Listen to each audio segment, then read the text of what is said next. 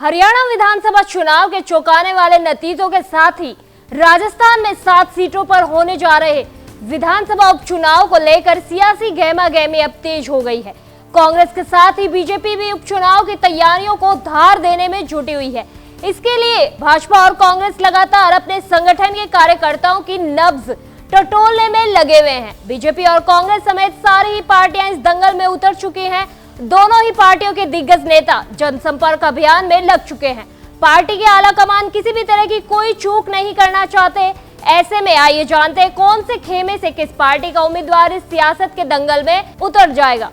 हरियाणा विधानसभा चुनाव के नतीजों के बाद एक बार फिर चुनाव आयोग एक्टिव मोड में दिखाई दे रहा है। चुनाव आयोग महाराष्ट्र और झारखंड विधानसभा चुनाव करवाने के लिए सर्वे करने के जल्दी ही रिपोर्ट पेश करने वाला है। महाराष्ट्र में 26 नवंबर से पहले नई सरकार का गठन होना है। ऐसे में कयास लगाए जा रहे हैं कि निर्वाचन आयोग राजस्थान की 7 सीटों पर भी उपचुनाव की घोषणा करेगा।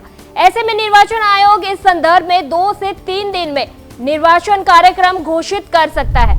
राजस्थान की 7 सीटों पर होने जा रहे उपचुनाव में कौन सी पार्टी के कौन से 30 मार्खा यहां से उतरने वाले, चलिए इसके बारे में आपको बता दिया जाए। दरअसल देवली, उनियारा, दौसा, झुंझुनू, खीवसर और 84 विधानसभा सीटें विधायकों के सांसद बनने के कारण खाली हो गई थी।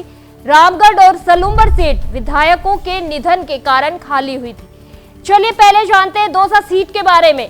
यहां से मुरारी लाल के इस सीट पर पकड़ को देखते हुए इस बार भी उनके परिवार का नाम भी चल रहा है। हालांकि मुरारी लाल मीणा अपने दावेदारी के लिए मना कर रहे हैं, लेकिन उनकी धर्मपत्नी सविता देवी और बेटी निहारिका के अलावा डीसी बैरवा, ममता भूपेश, जीआर खटाना जैसे नेता दावेदारी कर रहे हैं।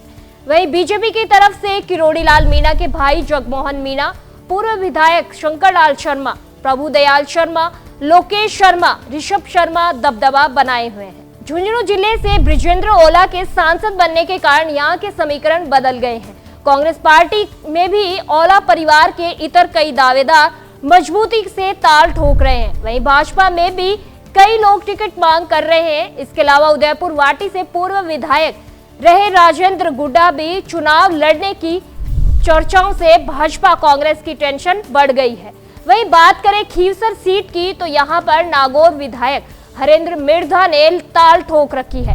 बताते चले कि इन 7 सीटों में से 4 पर कांग्रेस ने जीत हासिल की थी। बाकी खीवसर से आरएलपी के हनुमान बेनीवाल तो 84 सीट से बीएपी के राजकुमार रोत ने जीत दर्ज की थी।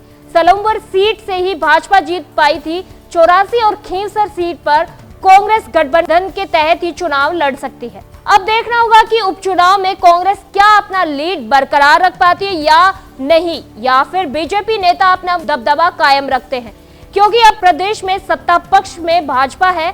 हालांकि प्रदेश में सरकार बनने के बाद श्री गंगानगर की करणपुर सीट पर हुए उपचुनाव में कांग्रेस ने जीत हासिल की थी। ऐसी ही तमाम जानकारियों के लिए जुड़े रहिए मॉर्निंग न्यूज इंडिया के साथ। धन्यवाद। ऐसे ही और वीडियोस देखने के लिए सब्सक्राइब करें मॉर्निंग न्यूज इंडिया को और जुड़े रहिए हमारे साथ।